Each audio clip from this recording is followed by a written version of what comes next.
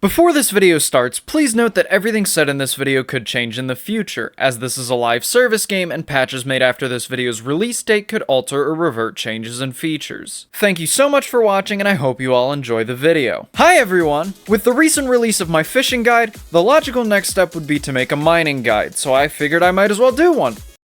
And also because you guys voted for it and it was one of the most requested videos I've gotten in some time. You're gonna see a lot of similarities between this video and the fishing guide. Mining is an activity that allows you to gain money outside of conventional means like battling trainers and wild Pokemon, as well as allowing you to get other rewards like fossil shards and Pokemon. In this video we'll be going over the basics of mining, the different pickaxes and gemstones, some experience tips, and some of the best places to mine at for each gemstone type. So with that being said, here's everything you need to know about mining in Pokemon Planet.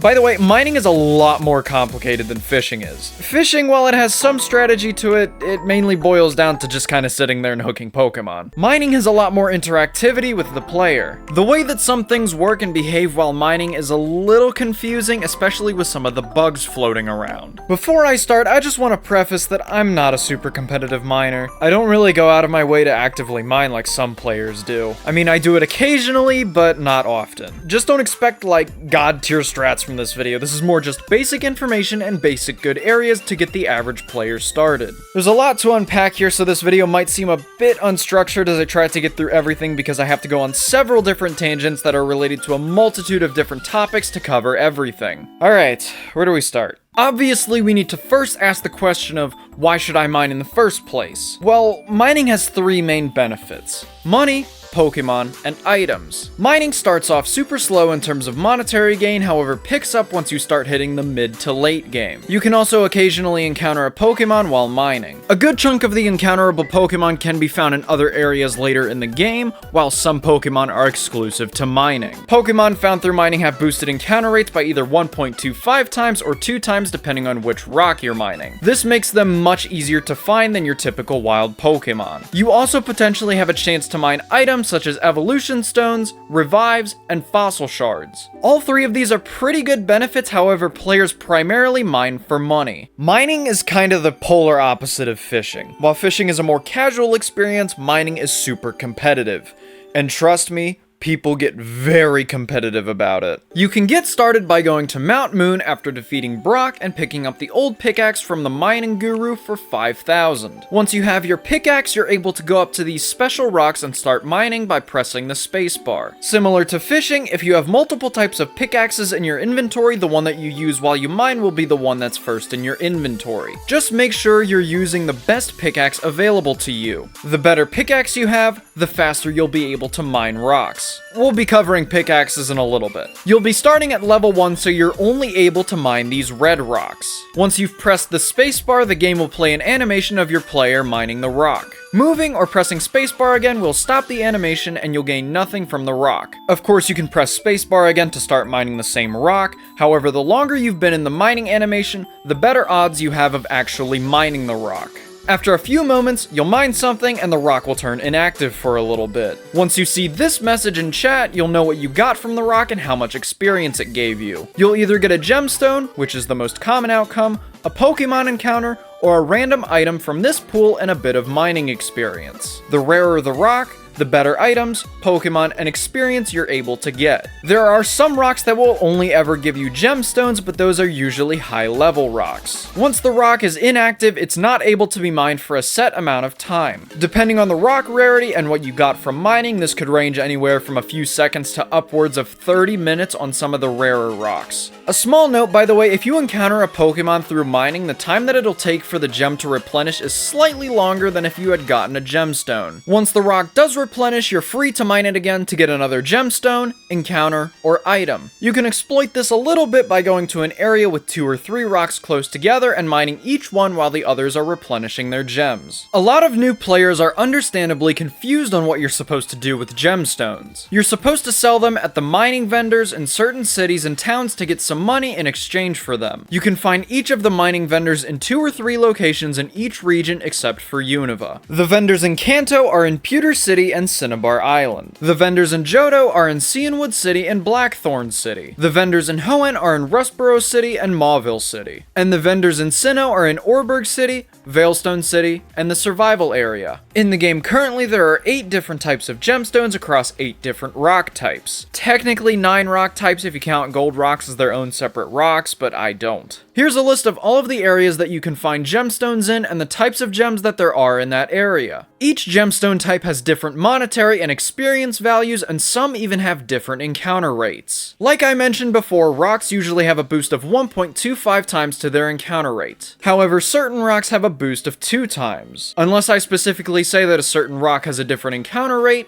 assume that 1.25 times is the normal boost. Let's go over each gemstone. Red gemstones are able to be mined from red rocks at level 1. They sell for 50 each and are the lowest value gemstone available. They give out around 15 to 30 experience each and have a respawn time of around 4 seconds. Blue gemstones are able to be mined from blue rocks at level 10. They sell for 100 each and give out around 40 to 55 experience each. They have a respawn time of around 4 to 7 seconds. Green gemstones are able to be mined from green rocks at level 20. They sell for 200 each, which is around the same as a regular wild Pokemon encounter. They also give out around 90 to 120 experience each and have a respawn time of around 13 seconds. Prism gemstones are able to be mined from prism rocks at level 35. This is the level where players usually start turning a decent profit. They sell for 400 each and give out around 170 to 220 experience each. They have a respawn time of 25 to 28 seconds. Pale gemstones are able to be mined from pale rocks at level 50. They sell for 550 each and give out around 330 to 480 experience each. They have a respawn time of 45 to 55 seconds. Now at level 65, you're able to start mining 2 different rock types: dark rocks and lava rocks. Dark gemstones are able to be mined from dark rocks. They sell for 900 each and give out around 150 to 200 experience each. They have a respawn time of 120 seconds to 180 seconds. Dark rocks also have an encounter rate boost of 2 times, meaning that odds are doubled for rarer Pokemon. Lava rocks are a bit weird. They give out 3 red gemstones when you mine them, so you'll be getting around 150 per rock. They give out around 750 to 900 experience each and have a respawn time of around... Actually, we don't know the respawn time for these yet. I timed it and I got around 210 seconds, so probably somewhere around there, give or take a few seconds. These rocks also have an encounter rate boost of 2 times. The general consensus with these two is that if you're trying to level up, your best option is to go for lava rocks, while dark rocks are more of a money boost when you can find them. Unfortunately, or fortunately, depending on whether or not you liked the nerf, they're not as broken as old dark rocks were. However, there's currently a bug where if you encounter a Pokemon through mining a dark rock, the Pokemon has the lava rock experience and vice versa. By the time you're watching this, they'll hopefully have patched it out, so I would still recommend lava for experience and dark for money. Rainbow gemstones are probably the most sought after gemstone in the game. Rainbow gems can of course be mined from rainbow rocks at level 80. Rainbow rocks are one out of 2 types of rocks that you're only ever going to get gemstones from, so no need to worry about your rainbow gem getting stolen by a random fossil shard or Pokemon encounter. Each rainbow gem sells for 20,000, which might seem extremely broken to the average player.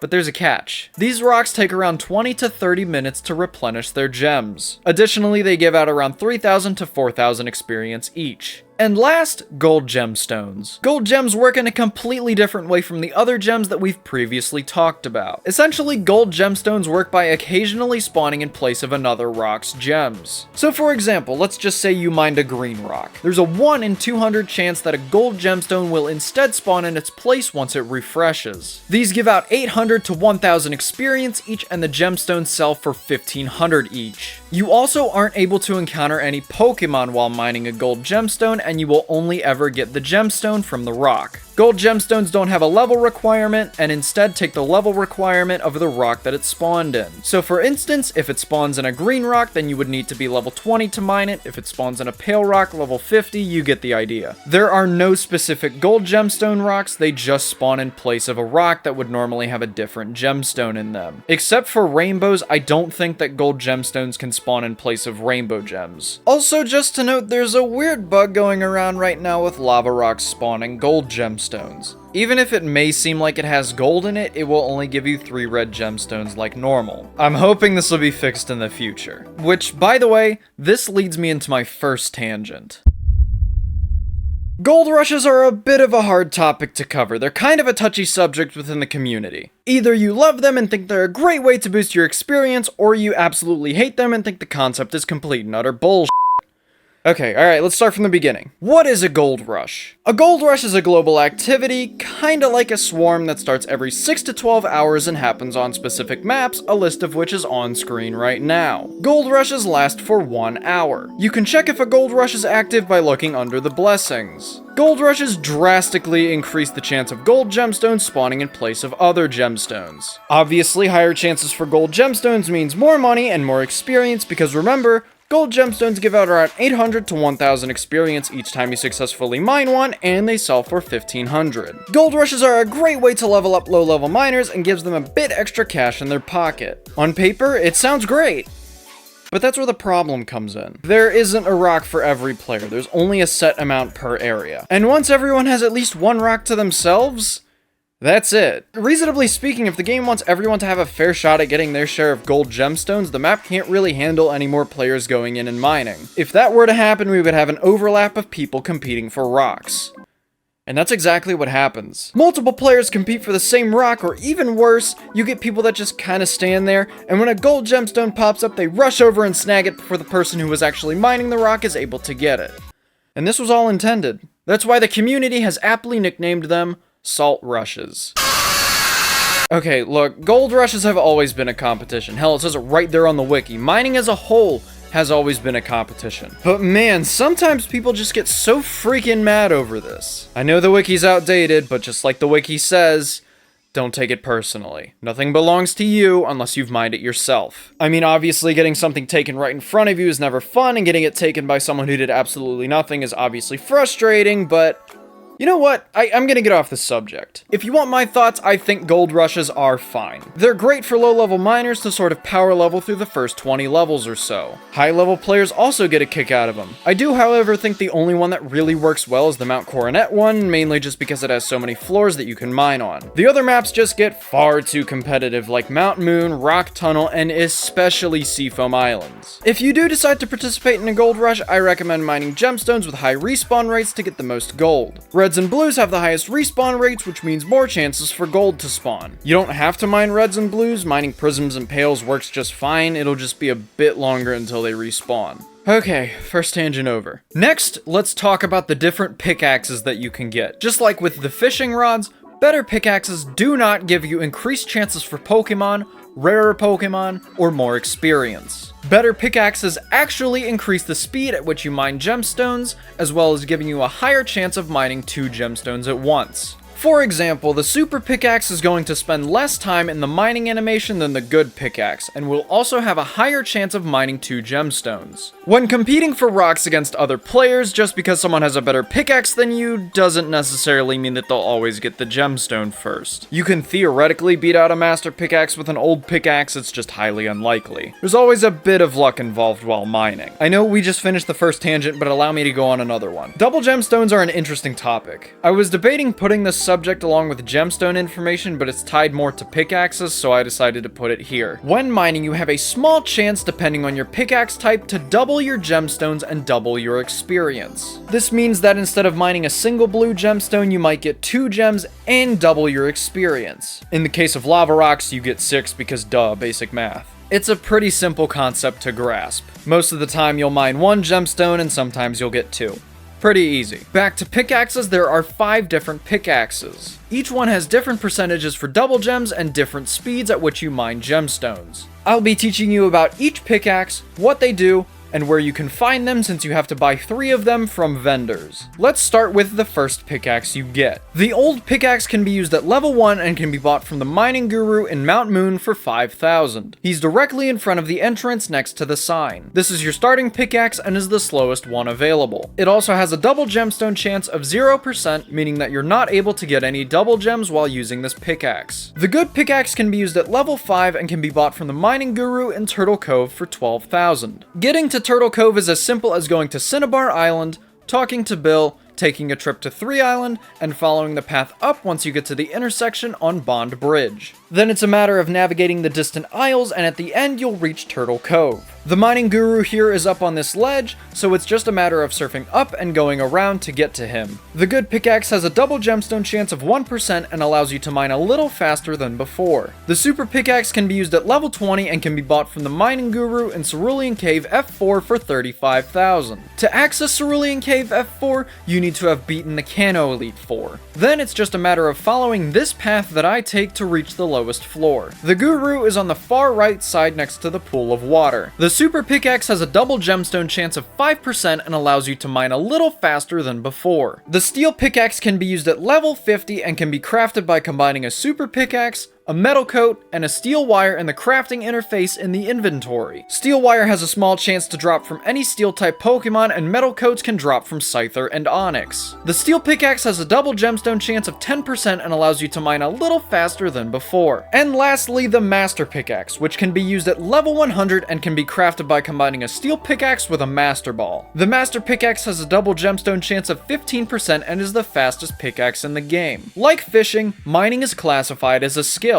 meaning that your ability to do things, in this case mine different rocks and use different pickaxes, scales based on your level and experience. You can check your current experience by going to your trainer card and checking the back of it. The Diancie altar also doubles the mining experience yield for everyone in the game for 1 hour. I suggest mining a lot when the Diancie altar is active. If you want to help reach the 4 million goal to activate the boost, you can donate to the altar in Vermilion City. It's a simple leveling system. Get enough experience and you gain a level, then you do it all over again. The max level is 100. Here's a spreadsheet of the amount of experience you need to level up for each level. As your mining level goes up, so does your mining speed, meaning that the higher level you are, the faster you'll be able to successfully mine rocks. Also at level 75, you get the ability to encounter the Regi Trio from Mining, which consists of Regirock, Regice, and Registeel. If you've watched my legendary hunting guide, you know that these legendaries are not very good. However, these three have an increased rate of being encountered thanks to the mining encounter boost. So while a typical legendary Pokemon has around a 1 in 125,000 chance to be encountered,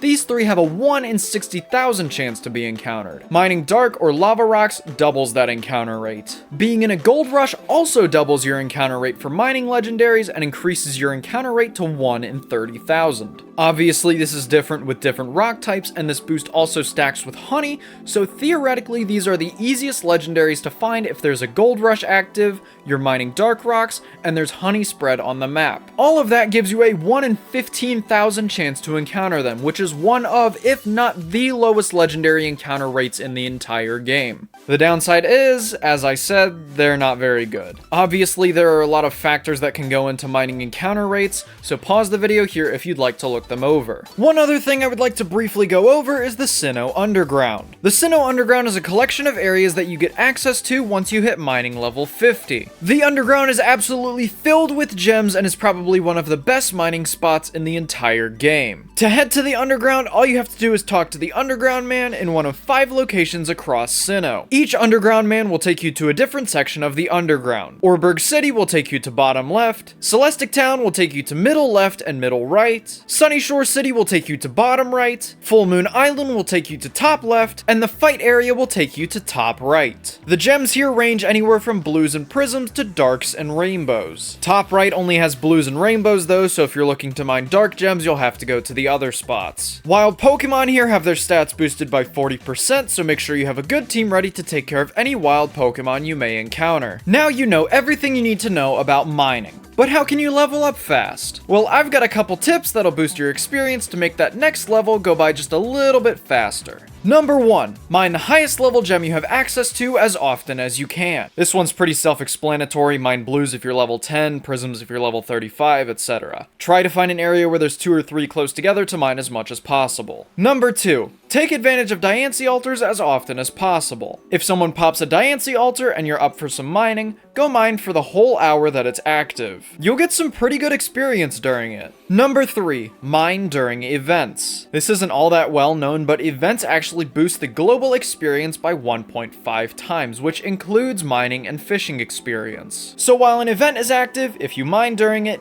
You'll get more experience than you would if an event wasn't active. Plus, people are less likely to be mining during events, so you'll probably have more rocks to yourself. Number 4, go to gold rushes as often as you can. Gold gemstones give out a lot of experience, so it's a great way for players to level up. Obviously, I still recommend going to the Mount Coronet gold rushes since I think that it has the most gem variety and covers pretty much all levels evenly. Plus, it's in Sinnoh, so no early game players. This doesn't mean that gold rushes in Kanto or Johto are necessarily bad, they just have a tendency to get super crowded super fast. And last, play early. This might seem a little weird, but if you have trouble with other players competing for and stealing your rocks, play earlier. People are less likely to be playing around the early hours of the morning, depending on your time zone, of course. If you're not willing to wake up early or commit that much time to this game, you can just skip this one. To end this video off, I'm going to go through each gem type and give you my recommended location to mine them in, so that you can maximize your output of experience and gemstones. Of course, this is all my opinion, and if you have an area that you mine in that you'd like to share with other players,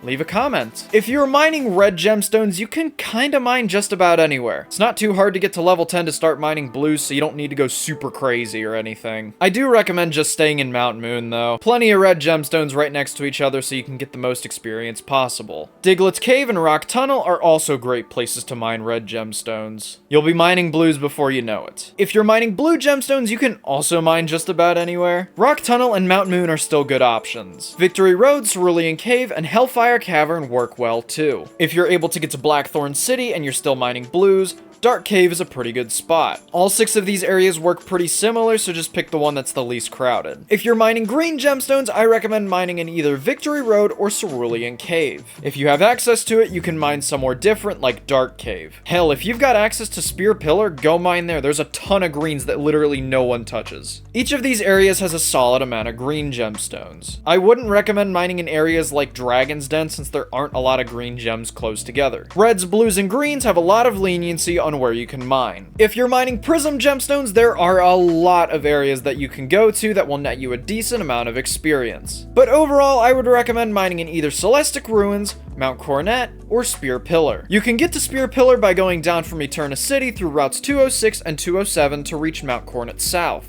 Then surf through this small pool of water and take the ladder up. Keep climbing up the mountain until you reach Spear Pillar at the top. These areas can get quite crowded sometimes, especially Spear Pillar, so just pick whichever one is most comfortable for you, but these have the highest concentration of prisms. If you're mining pale gemstones, pretty much the same areas as prisms apply here, so Celestic Ruins and Spear Pillar. Players will usually stay in Spear Pillar since it has the highest concentration of pales in the game, so I highly recommend mining there. If it gets too crowded, you also have the ability to go to the Sinnoh Underground. So any Sinnoh Underground map except for top right has a pretty good spread of pales. Out of everything though, Spear Pillar is your best bet, but if it's too crowded, then the Sinnoh Underground areas work well. If you're mining dark gems, the Sinnoh Underground areas are probably the best spots in the game to get darks. Stark Mountain Chamber is amazing, however it's almost always already taken by another player, so Sinnoh Underground should probably be your go-to. Ancient Dungeon also has a good area in the middle with a ton of darks. If you have the castle key,